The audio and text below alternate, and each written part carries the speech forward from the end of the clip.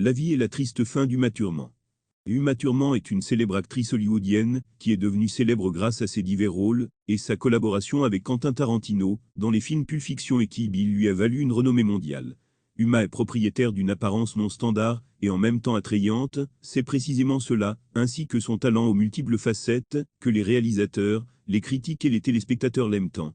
Uma est née en 1970 à Boston, dans une famille nombreuse d'un mannequin suédois et d'un professeur d'origine allemande.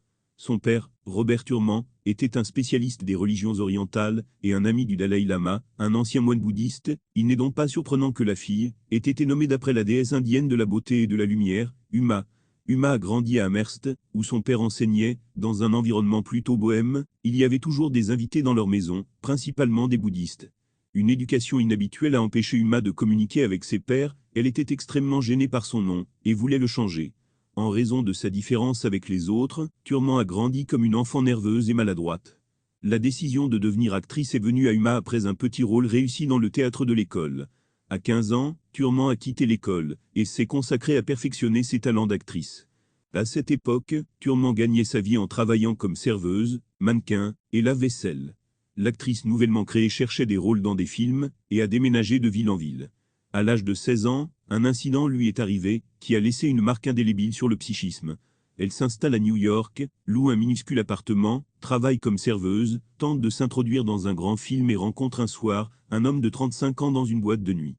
Il a dit qu'il jouait dans des films depuis longtemps et qu'il pouvait aider Uma à inviter la fille chez lui pour parler. La fille était trop jeune et naïve pour démêler la véritable intention de l'interlocuteur, le chemin qu'il a tracé à la surface. Uma est venue chez lui, et quand elle a réalisé ce qu'ils allaient lui faire, il était déjà trop tard. La porte était verrouillée, la clé était cachée, et personne ne répondait à ses cris et supplications.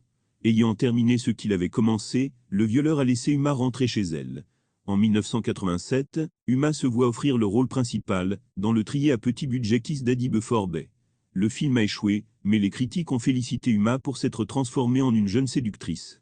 En 1988, le film Les Aventures du baron Munchausen de Terry Gilliam est apparu sur les écrans, où l'actrice a joué la déesse Vénus. Le rôle était épisodique, mais la jeune actrice au réel magnétisme a été remarquée non seulement par les critiques, mais aussi par les réalisateurs. Par conséquent, très vite, Uma a obtenu le rôle principal dans le film jeunesse Johnny, Sois bon. C'était la première œuvre importante de Thurman. Elle jouait la joyeuse et sournoise Georgia en compagnie d'Anthony Michael Hall et de Robert Donagier. L'actrice a sorti son premier billet chanceux la même année, en jouant dans le drame costumé d'Ange Roux Liaison de Stephen Frears. L'actrice a joué un aristocrate français naïf, qui a été séduit par le personnage de John Malkovich. Le film met également en vedette Michelle Pfeiffer, Glenn Close et Keanu Reeves. Uma, 18 ans, avait l'air plutôt détendue dans les scènes explicites et, dans l'ensemble, a joué de manière très convaincante. Déjà dans ses premières œuvres, Thurman s'est montrée une actrice très flexible et souple. Elle a accepté différents projets et était prête à incarner des images complètement différentes. En 1990, Uma a joué dans la comédie Humor the Eerie de John Boorman, qui, malheureusement, a été ignorée par la critique. L'attention des réalisateurs et des producteurs sur la personne d'Uma Thurman a augmenté, malgré le fait que l'actrice s'est vue offrir principalement des rôles secondaires. Dans le même 1990, la jeune fille a joué le rôle de l'épouse innocente de l'écrivain américain Henry Miller dans le film Henry et June de Philippe Kaufman. La bande a été un grand succès et Uma a été élevée au rang d'actrice capable de jouer des rôles forts, où, avant tout, un jeu talentueux est requis et non une apparence attrayante. En 1992, la jeune fille a joué dans les films Final Analysis, avec Richard Gere et Kim Basinger, ainsi que dans Jennifer Egg, avec John Malkovich et Andy Garcia. Les recettes au box-office de ces films étaient plutôt maigres, mais la participation au tournage a bien sûr ajouté à la réputation de l'actrice. Un an plus tard, Uma Thurman est apparue en compagnie d'autres excellents acteurs hollywoodiens, Robert De Niro et Bill Murray, dans le film Mado et Gloria. Les critiques ont soutenu son travail, contrairement à son rôle inhabituel dans Evan Cogir le geste parfois de Gus Van Sant. La renommée tant attendue est venue à Uma Thurman après l'offre de Quentin Tarantino de jouer le rôle de Mia dans Pulp Fiction. Le réalisateur ne voulait même pas envisager d'autres candidats, mais Thurman elle-même n'était pas sûre d'aimer cette héroïne. Mais la coopération avec le réalisateur du sensationnel Réservoir d'eau promettait de nombreux moments intéressants. Pendant qu'elle hésitait, Tarantino l'a appelée la nuit, et a lu des morceaux du scénario, et finalement l'actrice a changé sa colère en pitié. Honteuse de sa taille de 42 pieds, elle a dû danser la torsion, avec John Travolta pieds nus, et cette scène est peut-être devenue le moment le plus dynamique de la bande. Le film original, débordant d'humour noir et de longs dialogues, a valu à l'actrice une nomination aux Oscars et l'admiration du public. Les scènes avec la participation de l'héroïne excentrique Turman sont instantanément entrées dans l'histoire du cinéma et le film lui-même a été vendu pour de vie. Cependant, après Pulp Fiction, l'actrice a commencé à jouer pendant un certain temps dans des projets plutôt modestes ou éphémères, contrairement à ses collègues Bruce Willis et John Travolta, dont la carrière Pulp Fiction est complètement ressuscitée d'entre les morts. Il y avait beaucoup de rumeurs sur la relation entre Uma Thurman et Quentin Tarantino dans les coulisses. Le fait qu'une blonde à l'apparence inhabituelle soit devenue l'égérie du réalisateur est un fait indiscutable. Ils étaient de bons amis, le réalisateur était amoureux sans partage. Alors qu'Uma changeait de fan, tout dans sa vie personnelle restait peu prometteur. En 2002, Quentin a de nouveau offert à Uma un rôle extraordinaire. Cette fois, il a écrit le scénario spécialement pour elle, il a donc même reporté le tournage d'un an en raison de la grossesse de l'actrice. Le film d'action audacieux et coloré Kill Bill a immédiatement tourné à la fois pour l'actrice et pour Tarantino, dont la renommée à cette époque s'est également un peu estompée. Un film au flair asiatique sur la vengeance d'un tueur à gages surnommé La Mariée sur ses collègues, qui l'ont trahi, se distingue par une cruauté carrément pittoresque. Des scènes de combat naturalistes ont dû être filmées pendant près d'un an, et Uma a quitté le tournage avec de vrais ecchymoses. Son vengeur fort, et en même temps fragile, aimait beaucoup le public, et presque le monde entier a suivi l'histoire sanglante, et en même temps spiritualisée de la vengeance. Kill Bill n'est pas un projet exclusivement Tarantino, l'image d'une mariée dans une robe de mariée sanglante lui a été offerte par Thurman elle-même, ainsi que l'achèvement de la vendetta de l'héroïne en trouvant l'harmonie, et en s'efforçant de créer dans le futur. En 2014, ils sont apparus ensemble sur le tapis rouge du Festival de Cannes, se tenant par la main, suscitant à nouveau des rumeurs de rencontres. En 2017, Hollywood a été secoué par le scandale Harvey Weinstein, et son comportement inacceptable envers les aspirantes actrices, qui a duré des années. Des dizaines d'actrices, y compris des actrices établies, ont publié des déclarations admettant que Weinstein leur avait fait des propositions explicites au début de leur carrière, souvent d'une manière très grossière qui frôle la violence. Uma a également publié une déclaration très émouvante. Weinstein ne mérite pas une mort rapide par balle, confirmant qu'elle était l'une des victimes de Weinstein. Le New York Times a ensuite publié un article mettant en lumière la vive réaction de l'actrice face au Weinsteingate et la relation entre Thurman et Tarantino. On a appris que Weinstein avait attaqué Uma dans une chambre d'hôtel, et elle a miraculeusement réussi à s'échapper de sous son corps, et à s'enfuir. Il semblerait, d'où vient Quentin Tarantino. Premièrement, Quentin est un ami proche de Weinstein, et quand Uma lui a parlé du harcèlement, il n'a rien fait. Deuxièmement, il s'est avéré que lors du tournage de Kill Bill, Uma a failli mourir à cause de l'entêtement du réalisateur. Dans l'une des scènes, elle devait conduire une voiture. La voiture était en panne, et l'actrice n'était pas la meilleure conductrice, et Tarantino était bien conscient des deux, mais insistait toujours pour qu'elle prenne le volant. En conséquence, Uma a eu un accident, et est presque devenue invalide. Et elle considérait le deuxième cas comme une plus grande trahison que le premier. Cependant, les amis se sont rapidement réconciliés.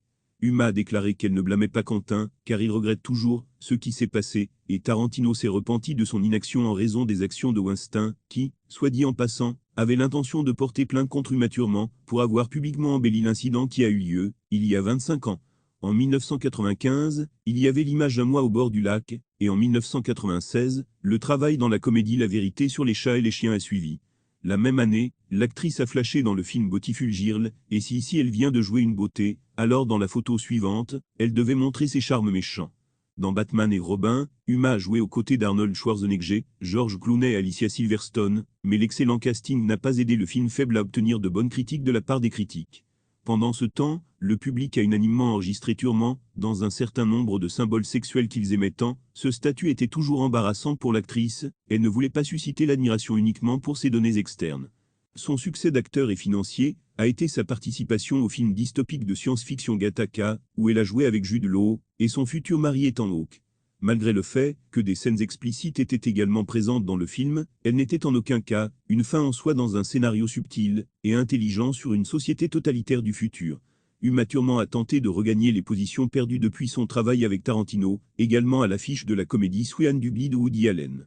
Les partenaires de l'actrice étaient Sean Penn et Samantha Morton, et en 2000, Uma a joué avec Gérard Depardieu et Tim Roth dans le film historique Vatel, démontrant une fois de plus son talent pour le tournage de drames costumés.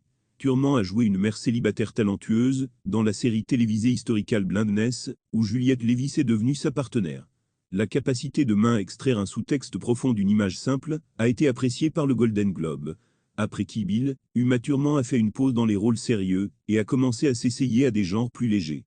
De telles comédies peuvent s'appeler Be Cool, Mi Best Love, Mi Super Ex, ainsi que Random Husband avec sa participation.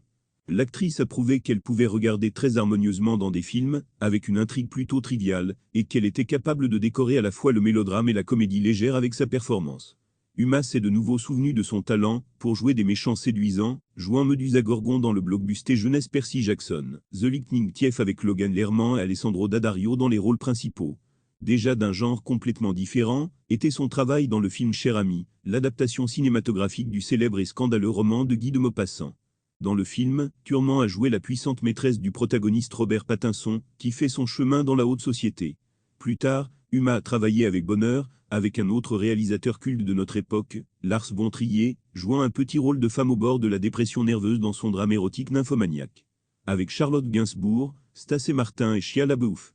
C'est un fait peu connu, mais en 1990 à 1992, Uma Thurman était mariée à l'acteur britannique Gary Oldman, avec qui elle a ensuite joué dans le film raté The Avengers 1998. Bien que leur parcours d'acteur ait été similaire, les acteurs se sont avérés être complètement différents dans leur style de vie. Uma était une fille modeste, loin de l'alcool et de la drogue, elle ne pouvait donc pas résister au tempérament rebelle de Gary. Peut-être qu'en proposant à Uma, Gary a poursuivi des objectifs égoïstes, car après le mariage, l'acteur a réussi à obtenir la citoyenneté américaine. Pour l'acteur étant donc partenaire du film Gattaca, Uma s'est mariée en mai 1998 et quelques mois plus tard, le couple a eu une fille, Maya Ray. Le couple a affirmé que leur famille passait avant tout, et, en même temps, ils ont réussi à construire avec succès leur carrière d'acteur. En 2002, leur deuxième enfant est né, le fils de Levon Ron. En 2004, le couple annonce son divorce. La liaison du mari était à blâmer, d'abord, étant à commencer à sortir avec Angelina Jolie, dans le dos de sa femme, puis il a eu une autre maîtresse, l'actrice Jean Pertso. Uma n'était pas au courant de la liaison de son mari avec Miss Lara Croft, mais des informations sur la liaison entre Ethan et Jean ont été divulguées à la presse et l'acteur a été abandonné par sa femme et Jolie en même temps. Les anciens conjoints n'ont pas réussi à entretenir des relations chaleureuses. Hawke a continué à faire des commentaires sarcastiques sur Thurman, la blâmant pour que sa carrière progresse plus vite que la sienne, mais au lieu de soutenir son compagnon moins chanceux, elle a ignoré ses ambitions. En 2008, Uma a rencontré son nouvel amour, l'homme d'affaires français Arpa Busson, dont elle a donné naissance en 2012 à son troisième enfant, sa fille Rosalyn. En 2014, le couple s'est séparé, et la presse a commencé à écrire activement sur la prétendue romance d'Uma, avec son réalisateur préféré Quentin Tarantino. Fin 2017, des tabloïds ont fait état d'une romance présumée entre Uma et l'acteur Josh Lucas. Ils ont joué des conjoints dans la pièce Parisien, et, apparemment, ils ont transféré les sentiments de la scène dans la vie réelle. Bien que tous deux aient nié le lien, en mars 2018, les paparazzi les ont surpris dans le quartier des théâtres de New York, le couple s'est embrassé, puis est allé au restaurant. En février 2018, Thurman a rejoint les actrices qui ont accusé le producteur Harvey Weinstein de harcèlement sexuel. Uma est également toujours mécontente de ses anciens agents qui ont fermé les yeux sur le comportement du producteur et a déclaré qu'elle ne pouvait pas pardonner à Quentin Tarantino son attitude négligente face au cascade lors du tournage de Kill Bill, puis l'actrice est retrouvée dans un accident de voiture. En 2018, au Festival de Cannes, un nouveau film de Lars von Trier The Host à Jacques Wilt, avec la participation d'Uma Thurman a été présenté. À cette époque également, le film War with Grandpa était en préparation pour la sortie, et Reluctance Swindley et Furté Down the Corridor sont en cours de développement, l'actrice originale ne ralentira pas. Tarantino prévoit de tourner le troisième volet de Kill Bill, mais le début du projet n'a pas encore été annoncé. En 2022, la série policière Un des suspicions, avec Uma Thurman et Georgina Campbell, est sortie sur le service de streaming Apple. L'actrice joue le chef d'une compagnie pétrolière, dont la fille est kidnappée. Les soupçons se portent sur 4 Britanniques, qui n'ont rien à voir les uns avec les autres. En juin de la même année, on apprend qu'Uma Thurman a reçu une étoile nominale sur le Hollywood Walk of Fame.